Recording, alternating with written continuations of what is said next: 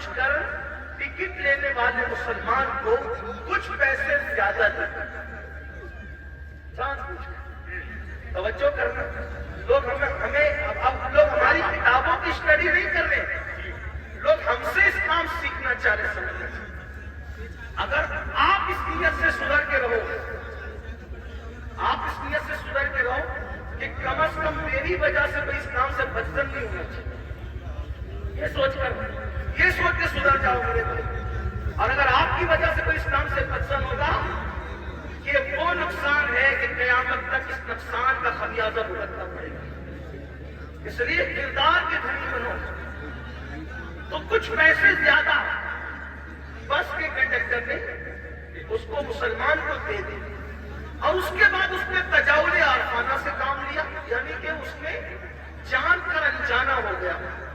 مسلمان نے پیسے گنے اور گننے کے بعد اس نے اس کو بلا کر کہا کہ کنڈکٹر صاحب یہ پیسے آپ نے مجھے کچھ زیادہ دے دیے، یہ واپس لے لو۔ اس نے کہا نہیں میں نے زیادہ نہیں دیے، وہ ایسے ہی ہے۔ کہا نہیں میں نے گنا یہ زیادہ، آپ لے لیں اس کو، آپ لے لیں۔ کہا آخر میں نے نہیں دی تو کیوں لوں؟ تو کہا یہ آپ کو لینے پڑیں گے کیونکہ میرا مذہب میں اس کی اجازت نہیں ہے۔ تب کنڈکٹر نے کہا دنیا جھوٹ بولتی ہے، تم سچے ہو۔ لوگ کہتے ہیں مسلمان ایسے ہوتے، مسلمان واقعی ایسے ہوتے۔ میرے بھائیوں ایک دور تھا، دنیا کے کوئی بھی مذہب کا آدمی اگر سفر کرنا چاہتا تھا اور اپنی بیٹی کو اور اپنی بیوی کو اکیلے چھوڑ کے جانا چاہتا تھا تو وہ مسلمان ڈھونڈتا تھا کہ مسلمان کے پاس چھوڑ کے جاؤں گا کیونکہ یہ مسلمان ہے، یہ کسی کی عورت پر ہاتھ نہیں ڈال سکتا، یہ اپنی پہچان تھی، اپنی امانت مسلمان۔ آپ دیکھیں تاریخ ہے نا، مکے والے حضور پہ پتھر بھی مارتے تھے، اور جب امانت رکھنے کی بات آتی تو ابو جہل اور ابو لہب کے پاس نہیں رکھتے تھے، معلوم ہے کہ یہ ڈاکو لوگ ہیں۔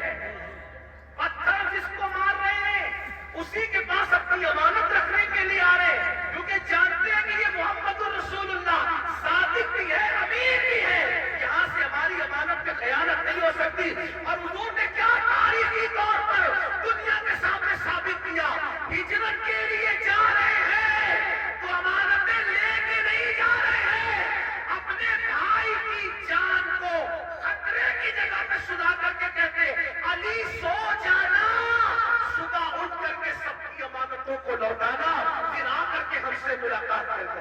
دیکھ رہے ہیں آپ، یہ ہوتا ہے کردار، یہ ہوتا ہے کہ اسی لیے بدر میں جو کافر آئے تھے مکے کے گنڈے، وہ حضور سے آنکھیں نہیں ملا سکے، کیوں؟ کیونکہ حضور ان کی امانتیں لے کر نہیں بلکہ امانتیں ادا کر کے بتایا کہ دشمن جان کا دشمن بھی ہو اس کی امانت میں بھی خیانت مت کرو۔ اور آج تو مسلمان کا حال یہ، لوگ مسجد مدرسے کے رقم آگے چھوڑے جاتے ہیں، یہ حالات سب ایسے نہیں ہوتے۔ لوگ جو ہے وہ ابھی سننے میں آتا ہے حج کا پیسہ لے کے بھاگتے، عمرہ کا پیسہ لے کے، مسلمانوں کچھ تو خیال کرو، حج عمرہ کا پیسہ لوگ جو روپیہ دو روپیہ جوڑ کر کے غریب لوگ کیسے جوڑتے ہیں، لوگ لے لے کر کے بھاگ جاتے ہیں، سوچو تو صحیح۔